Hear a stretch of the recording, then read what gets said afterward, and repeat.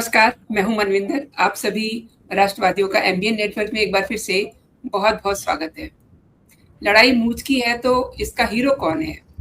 जिस तरह से वेस्ट एशिया में ये सब कुछ चल रहा है, गल्फ नेशंस में काफ़ी नुकसान हो रहा है और 28 फरवरी के बाद से ही लगातार ईरान रिटेलिएटरी स्ट्राइक्स कर रहा है। उसके जो एक्शन हैं, बड़े खतरनाक हैं। इसके बावजूद प्रेसिडेंट ट्रंप कह रहे हैं कि 5 दिन का पॉज़।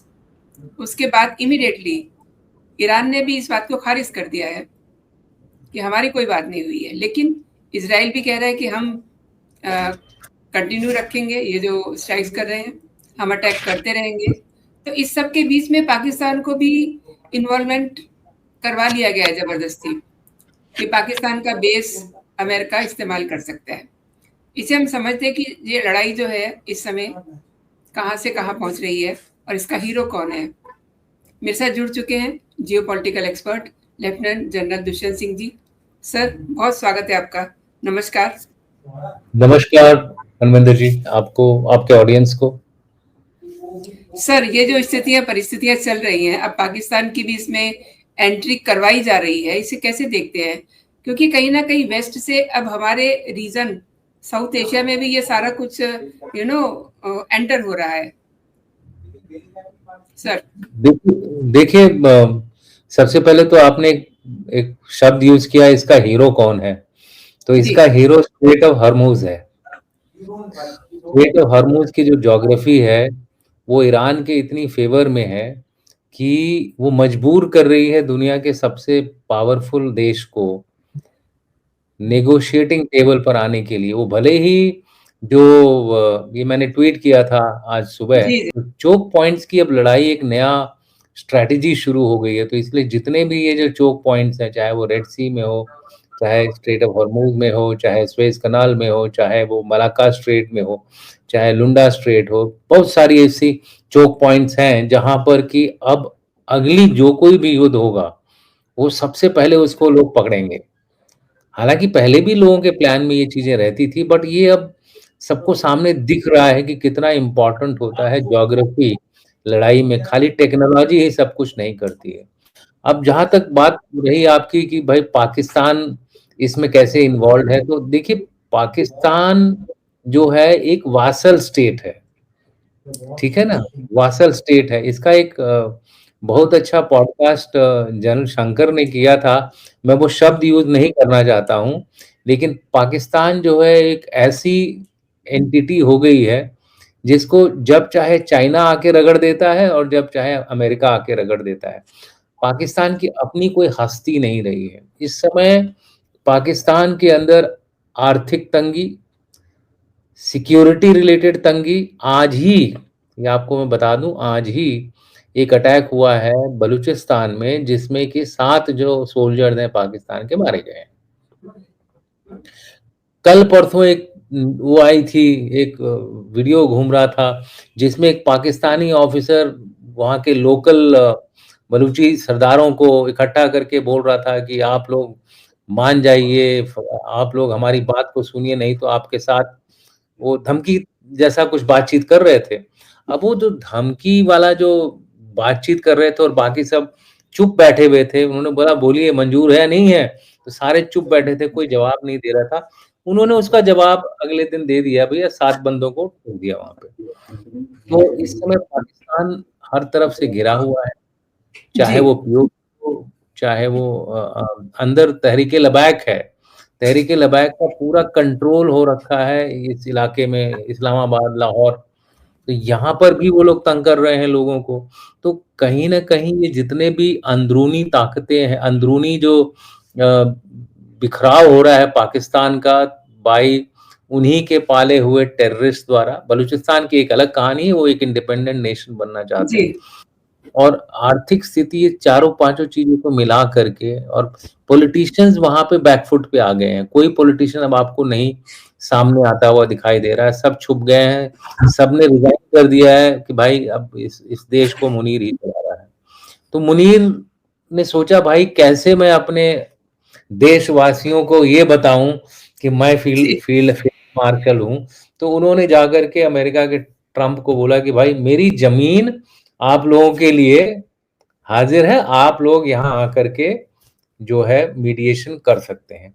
तो पहला बात तो मैं आपकी करेक्ट करना चाहता हूं कि पाकिस्तान मध्यस्थता नहीं कर रहा है, पाकिस्तान की जमीन केवल इस्तेमाल हो रही है ये बातचीत करने के लिए, क्योंकि पाकिस्तान का जो कम्युनिकेशन है वो सऊदी अरेबिया के साथ ठीक ठाक है, उनके पुराने एलाई हैं वो, उनके एक पुराने चीफ भी वहां बैठे हुए हैं।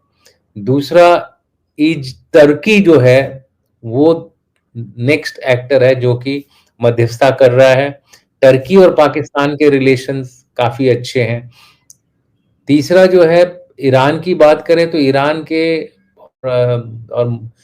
के जो प्रेसिडेंट है पेजेस्कियां और मुनीर साहब हैं, इन दोनों के बीच में बातचीत हुई थी, तो ईरान ने एक बैकडोर शायद एग्री कर लिया है कि हम बातचीत करेंगे, लेकिन वो लोग बातचीत अपने ही शर्तों पर करेंगे। लेकिन मुझे इस बातचीत से कुछ नजर ना आता हुआ नहीं दिख रहा है। तो पहली बात, पाकिस्तान मध्यस्थता नहीं कर रहा है, पाकिस्तान की जमीन इस्तेमाल की जा रही है मध्यस्थता के लिए। तो एक तरह से वो होस्ट हैं, लेकिन इस मध्यस्थता में घोस्ट हैं। ठीक, मध्यस्थता में 4 लोग हैं, टर्की, इजिप्ट, ईरान और यूएस की तरफ से जो है उनके वाइस प्रेसिडेंट रहेंगे स्टीव विटकॉफ हैं, और जेरेड कुशनर हैं जो कि उनके दामाद भी हैं ट्रंप के। तो ये 3 लोग रहेंगे यूएस की तरफ से, और ईरान की तरफ से पेजक्सियां की बात हो रही है। उनके स्पीकर जो है, जिनका नाम उछाला जा रहा है कि शायद वो अमेरिका को एक्सेप्टेबल होंगे as the leader of Iran और मुस्तफा वगैरह को हटना पड़े, तो वो हैं। और तीसरा उनके फॉरेन मिनिस्टर अरगाची जो इस बातचीत में शामिल हो रहे हैं। अब देखिए, इस सारी बातचीत में अगर आईआरजीसी का महकमा नहीं होगा, हालांकि स्पीकर जो हैं आईआरजीसी के हैं, से लिंक है उनका, लेकिन जब तक आईआरजीसी का कोई डायरेक्ट बंदा जो कमांड कंट्रोल कर रहा है, जो स्विच ऑफ बटन को स्विच ऑफ नहीं कर रहा है, वो अगर नहीं मानेगा तो ये पूरी की पूरी बातचीत नहीं होगी आगे। दूसरा रीजन क्यों मुझे लगता है कि इस बातचीत की सफलता नहीं हो सकती, क्योंकि इसमें तो 2 बड़े स्टेक होल्डर हैं, 2 वो गायब हैं। पहला है इजराइल और दूसरा है कतर। अब कतर की हालत सबसे ज्यादा खराब हुई है इस पूरी लड़ाई में। कतर के फॉरेन मिनिस्टर ने बोला है कि हम लोग मध्यस्थता नहीं कर रहे, हालांकि हम चाहते हैं कि इस इलाके में अमन और शांति हो। इजराइल का जहां तक सवाल है, उसका एम ही अलग है। वो चाहता है कि पूरा आयरन क्लैड सोल्यूशन हो, ईरान को तहस नहस करके एकदम नपुंसक बना दिया जाए, तभी वो मानेगा। अब जो 15 पॉइंट डिमांड है अमेरिका की, हालांकि वो बाहर नहीं आई है, लेकिन इजराइल के एक रेडियो में इसके कुछ हिस्से बाहर आए थे, जिसमें ये बताया जा रहा था कि भाई डिसमेंटल सारी न्यूक्लियर कैपेबिलिटी, तो पहले भी माना था इन्होंने। दूसरा था कि सारे यूरेनियम एनरोचमेंट आप खत्म करिए। तीसरा था कि जो आपने कर रखा है उसको आप वापस करिए, 60% कुछ एनरिचमेंट उन्होंने अचीव किया हुआ है। चौथा था कि भाई एटॉमिक एनर्जी एजेंसी जो है, इंटरनेशनल एटॉमिक एनर्जी, उनको खुली छूट दी जाए आपके सारे महकमों को इंस्पेक्ट करने के लिए। पांचवा था कि भाई उनके जो 3 इफ्सान हो गया, फिर नतान्ज हो गया, और एक और मुझे भी याद नहीं आ रहा है, इफ्सान, नतान्ज और एक और है, मुझे याद आ जाएगा। तो ये जितने भी फॉर्दो जो है, ये तीनों जो हैं, ये फैसिलिटीज पूरी तरह से डिसमेंटल हो जाए, जो न्यूक्लियर एनरिचमेंट फैसिलिटीज है। फिर था कि भाई लास्ट पॉइंट, जो लास्ट तो नहीं और भी पॉइंट है, लेकिन कुछ एक जो बाहर आए हैं, ये जितने भी रीजनल प्रॉक्सीज हैं ईरान, चाहे वो हिजबुल्लाह हो, चाहे वो हाउती हो, इनको सप्लाई बंद करिए, इनको हथियार देना बंद कीजिए, ताकि इजराइल मान जाए। अब हिजबुल्लाह को बंद करेंगे तो इजराइल वो जो लेबनान में लड़ाई लड़ रहा है वो लड़ाई बंद हो जाएगी, हाउतीस है तो रेड सी सेफ हो जाएगा। इस तरह से और भी कई इराकी रेजिस्टेंस फोर्स है इराक में, उनको सप्लाई करना बंद कर दीजिए। तो ये सारी डिमांड है, लेकिन ईरान ने इन सारी डिमांड को ठुकरा दिया। तो क्लियरली इस बातचीत का कोई फायदा नहीं होने वाला है, क्योंकि ईरान की जो डिमांड है वो चाहता है स्ट्रेट ऑफ हॉर्मुज का कंट्रोल उसी के पास रहे। वो चाहता है कि जितना हमारा नुकसान हुआ वो सारी भरपाई करे, पैसा दे उनको। वो चाहता है कि भाई जो क्या बोलते हैं जो इनका जो हर तरफ जो ये लोग प्रॉक्सी कर रहे हैं, जैसे इजराइल मार रहा है हिजबुल्लाह के ऊपर, हouthis को अटैक कर रहे हैं, इन सब के ऊपर हमला बंद हो। अमेरिका चाहता है कि 1 महीने का सीज फायर हो। अब 1 महीने के सीज फायर में पता नहीं दोबारा कब लड़ाई शुरू हो जाए, किसको क्या पता। तो ये थोड़ा सा मुझे अभी उतना नजर नहीं आ रहा कोई रास्ता निकलता हुआ, जो कि विश्व के लिए एक बहुत बड़ी चुनौती है। नेक्स्ट इशू जो आपको बहुत इंपॉर्टेंट है वो ये है कि ये जो स्ट्रेट ऑफ हॉर्मुज है ना, अब दोनों के लिए गले की हड्डी बन गया है, ईरान के लिए भी और अमेरिका के लिए भी। कैसे? अमेरिका इसको भुना रहा है, 5 दिन का जो बोला था वो तो हुआ नहीं सीज फायर। अगले दिन ही ईरान ने एक इतना बड़ा हमला किया इजराइल के ऊपर कि इजराइल के सारे शहर धू-धू करके जल रहे हैं। इन्होंने सबसे घातक जो अपनी मिसाइल है, जो कि क्लस्टर मिसाइल है, उनको मारा है इनके ऊपर, इजराइल के ऊपर। तो इजराइल तो वैसी खार खाया हुआ है। और तो 5 दिन का जो सीज फायर वगैरह की बात थी वो तो सब चूल्हे में गई। इनका क्यों गले की हड्डी बना हुआ है? ईरान सोच रहा है कि अगर मैं स्ट्रेट ऑफ हॉर्मुज बंद करता हूं तो दुनिया अमेरिका के ऊपर प्रेशर डालेगी और अमेरिका जल्दी से लड़ाई से बाहर हो जाएगा। अमेरिका बाहर हुआ तो इजराइल का ऑटोमेटिकली प्रेशर कम होना शुरू हो जाएगा, क्योंकि एक फ्रंट अमेरिका देख रहा है, एक फ्रंट पे लेबनान अभी लड़ाई कर रहा है। जहां तक अमेरिका का सवाल है, वो सोच रहा है 2 फायदे, स्ट्रेट ऑफ हॉर्मुज की लड़ाई और थोड़ा थोड़ा और खींचे 5 दिन का, इसीलिए उन्होंने वो सीज फायर वगैरह का वो दिया था। क्यों? कि भाई उतना देर और अगर हॉर्मुज बंद रहेगा तो बाकी जो देश हैं उससे मिलने की कोशिश करेंगे। हाँ भाई कुछ तो करना पड़ेगा। आज ही इंग्लैंड ने बोला है कि वो लोग अपने अंडर वाटर ड्रोन्स देंगे जिससे कि माइंस को क्लियर किया जा सके स्ट्रेट ऑफ हॉर्मुज में। तो उनको ऐसा लग रहा है कि अब कई और देश उनके साथ जुड़ जाएंगे। तो एक लोगों को जोड़ने के लिए हॉर्मुज बंद कर रहा है, दूसरा लोगों को अमेरिका के खिलाफ भड़काने के लिए हॉर्मुज बंद कर रहा है। तो हॉर्मुज ही मेरा एक सबसे बड़ा हीरो निकल के आ रहा है इसमें, जिसमें कि भारत और चीन है और बाकी ऐसे जो देश हैं जो ऑयल के ऊपर डिपेंड करते हैं, गैस के ऊपर डिपेंड करते हैं, उनको काफी नुकसान होगा और उनको एक लॉन्ग टर्म स्ट्रेटेजी बनानी पड़ेगी, जिसका कि प्रधानमंत्री जी जिक्र भी कर रहे हैं और उन्होंने कई सारे एक्शन भी ले लिए हैं अमेरिका के थ्रू। अंगोला का जो तेल है वो ईरान के बाद सबसे अच्छा है। हो सकता है अंगोला के तेल को हम लोग अब टैप करें। थोड़ा डिस्टेंस बढ़ेगा, थोड़ा कॉस्ट बढ़ेगी, थोड़ा थोड़ा कीमतें बढ़ेंगी, बट वो हमको झेलना पड़ेगा। We have to buckle down, इस्तेमाल कम करना पड़ेगा अपने गैस और ऑयल की खपत को। कार कम चलानी पड़ेगी, पब्लिक ट्रांसपोर्ट ज्यादा यूज करना पड़ेगा, ट्रेन का ज्यादा इस्तेमाल करिए, हवाई जहाज का कम इस्तेमाल करिए। कई सारी ऐसी चीजें पब्लिक को भी ज्वाइन करनी पड़ेंगी इस आपदा से बाहर आने के लिए। मुझे लगता है ये लंबे दौर की लड़ाई अभी चलेगी। ये लोग बोल रहे हैं कि खत्म भी हो जाए, खत्म हो जाए तो मैं बहुत खुश हूंगा, क्योंकि आइडियली वही होना चाहिए। आपने बिल्कुल आंखें खोलने वाली जानकारी दी है, लेकिन मैं एक चीज और समझना चाहती हूँ। स्टेट ऑफ हॉर्मुज जो है, इस पर तो ऐसा लग रहा है कि ट्रम्प एक धंधा कर रहे हैं। इसको लेकर के उनके अपने लोग भी थू-थू कर रहे हैं उन पे। बिल्कुल, देखिए इस समय क्या है कि अमेरिका में भी डिवाइडेड है ओपिनियन। हालांकि अधिकतर मागा सपोर्टर उसको सपोर्ट कर रहे हैं, लेकिन जो दूसरे हैं, जो लिबरल डेमोक्रेट्स हैं, वो इनके अगेंस्ट हैं। डिवाइडेड हाउस है अमेरिका में, ठीक है। अमेरिका में ताकत है इस लड़ाई को आगे लड़ने की, लेकिन जो स्ट्रेट ऑफ हॉर्मुज का जो शेप है ना, ऐसे वाला ऐसे वाला ऐसे, ये जो शेप है ना, ये एक तरह से क्या होता है, जब थोड़ा और नजदीक आ जाए तो क्या गले का फंदा बन जाता है। ये है मेन कारण, और उसको दोनों इस्तेमाल कर रहे हैं।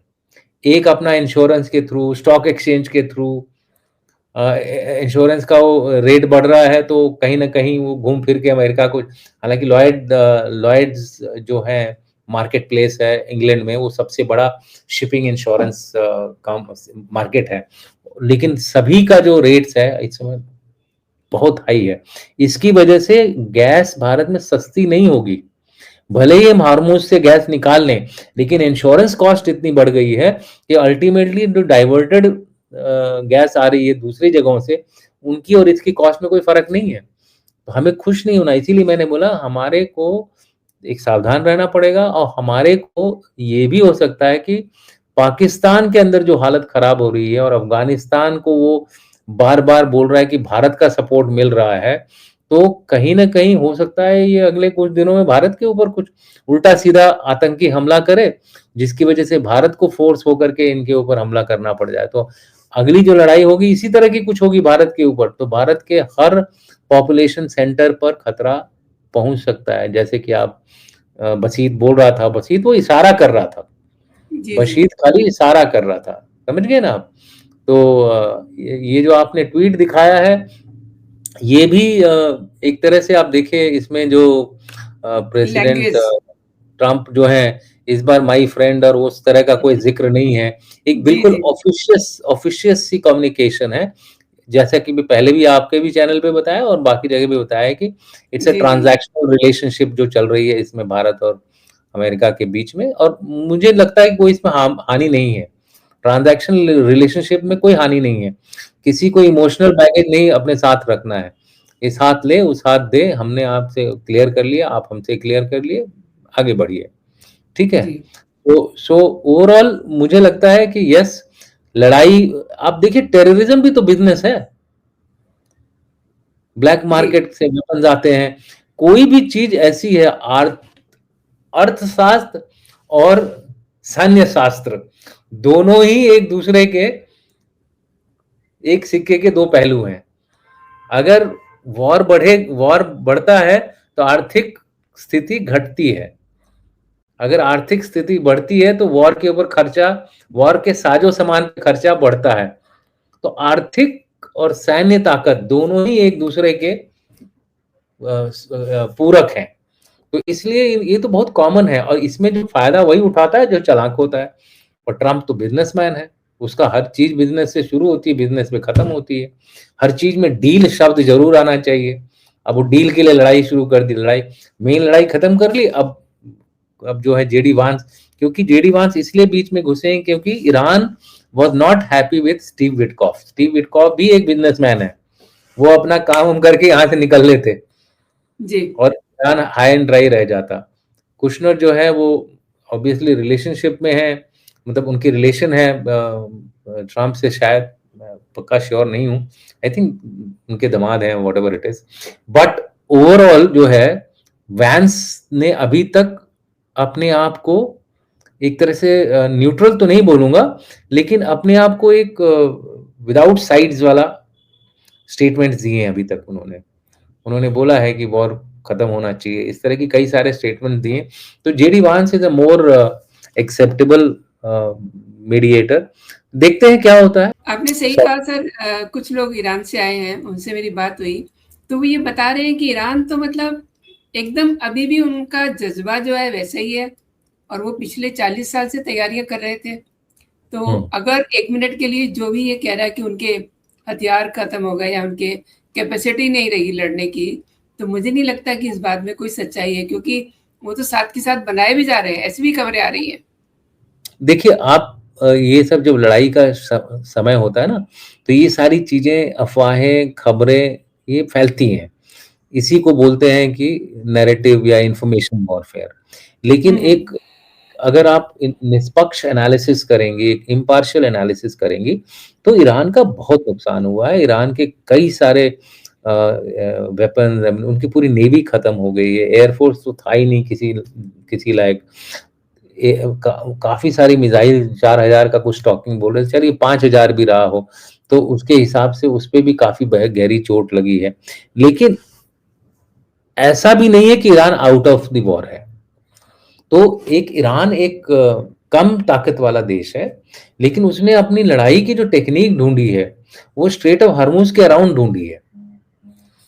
पॉलिटिकल लेवल पे वो स्ट्रेट ऑफ हॉर्मुज से लड़ रहा है विथ मिलिट्री इंटरवेंशन, और मिलिट्री लेवल पर वो फ्रंट्स ऐसे ऐसे खोल दिए हैं उसने जहां पे लोगों को तंगी हो रही है, जैसे गल्फ स्टेट्स हो गई या इजराइल हो गया। और उसने दो बड़ी और चीज की है, डाइगो गार्सिया पे 2 मिसाइल फायर किया, ये बताने के लिए कि वो 4000 किलोमीटर तक चल सकता है।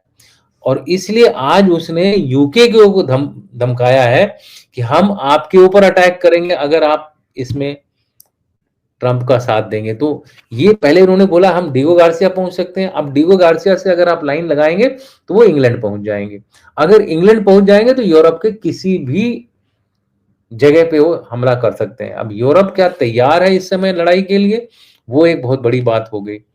कौन इनको सपोर्ट कर रहा है, क्या उनके पास खुद की इंडिजिनस कैपेबिलिटी है, ये भी एक क्वेश्चन मार्क है। इनको इमेजेस कौन दे रहा है, इनको टेक्निकल सपोर्ट कौन दे रहा है, वो भी एक सोचने वाली बात है। कहीं रशिया और चाइना तो नहीं दे रहे हैं। तो ये ऐसी सारी चीजें जो है, एक मिलिट्री पर्सनालिटी होती है वो उसको एनालाइज करती है, और मुझे लगता है ये सारी चीजें ईरान को मिल रही हैं, जिसकी वजह से अमेरिका को भी पता चल गया, इसीलिए वो टेबल पे आ रहे हैं। प्लस ओवरऑल ग्लोबल प्रेशर पड़ रहा है कि यार इकोनॉमी तो चूल्हे में जा रही है दुनिया की, तुम अगर इकोनॉमी चूल्हे में जाएगी, आज की डेट में सारी चीजें महंगी हो गई हैं, भारत में भी। जी बिल्कुल। और उसी तरह से अमेरिका में महंगी हो गई है, उसी तरह से गल्फ स्टेट में महंगी हो गई। गल्फ स्टेट का जब माल ही बाहर नहीं जा रहा है तो करेंगे क्या वो, आप समझ रहे हैं? लेकिन सर देखिए ना, ईरान अब ट्रंप की ये जो सीज फायर की बातें हैं उनका वो मजाक उड़ा रहे हैं। उनके एक सैन्य प्रवक्ता है ईरानी सेना के, खातम अल अनबिया सेंट्रल हेडक्वार्टर के प्रवक्ता है, ये कर्नल इब्राहिम जोल फगारी। इन्होंने कहा है कि ये खुद से ही बातचीत कर रहे हैं, हमने कुछ नहीं कहा, ना हम तक कोई बात पहुंची है। तो इसका मतलब ट्रंप का वन साइड गेम है।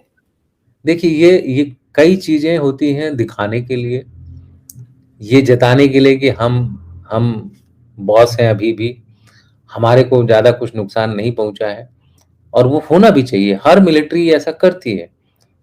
सच्चाई कोई नहीं बताएगा आपको, और ठीक ईरान तो पक्का ही नहीं बताएगा। सो कहीं ना कहीं मैंने यही बोला कि ईरान की ताकत को गहरी चोट लगी है, मान लीजिए, सबको मानना चाहिए, लेकिन ईरान एक ऐसा देश है जो कि ऐसी गहरी चोट का आदी हो गया है। उसको आपने 30 साल से सैंक्शन में रखा हुआ है, उसको महंगाई में जीने की आदत है, उनको उनकी जो पॉपुलेशन है खाली 9 करोड़ है। आप ये भी सोचिए, हमारे यहाँ 145 करोड़, और कुछ एक हमारे यहाँ गैस में इतना हंगामा हो गया, तो आप सोच लीजिए एक मिसाइल गलती से भी हमारे एयर डिफेंस से निकल के गिर गया तो कितना बड़ा हंगामा होगा हमारे देश में। आपने बिल्कुल सही कहा कि वो खुद ही कह रहे हैं कि जिस ताकत की आप बात करते थे वो नाकामी में बदल गई है। आप खुद को दुनिया की महाशक्ति कहते हैं, लेकिन ये ताकत अगर आपके पास होती तो आप इस दौर से निकल चुके होते। और उन्होंने ये भी मान के चल रहे हैं कि ये अपनी हार को समझौते का नाम दे रहे हैं। समझौता नहीं, वो जीत बता रहे हैं कि हमने सारे एम्स अचीव कर लिए हैं, अब हम ईरान को एक डील के तहत छोड़ रहे हैं, एक रहम कर रहे हैं। वो है अमेरिका का नैरेटिव, और ईरान का नैरेटिव है कि तुम घुटने पे आ गए हो, तुम्हारी हताशा दिखाता है कि तुम आके हमारे साथ बातचीत कर रहे हो। तो ये भी एक अच्छा रास्ता है, दोनों अपने आप को जीता हुआ माने, यहाँ पे शांति हो और बाकी जो आर्थिक स्थिति है वो बेटर हो। सो आई एम फॉर इट। लड़ाई हमेशा एक घाटे का सौदा होती है, जीतने वाले के लिए भी और हारने वाले के लिए भी। जीतने वाला 1971 में हम जीते थे लड़ाई, लेकिन उसके बाद हमको करीबन 10 साल गरीबी से लड़ाई लड़नी पड़ी। एग्जैक्टली, है ना? तो ये एक बहुत बड़ी चीज है। विकसित भारत 2047 ऐसे नहीं आएगा। विकसित भारत 2047 आने के लिए हमको एकदम पटरी पे दौड़ती हुई गाड़ी चाहिए, आर्थिक।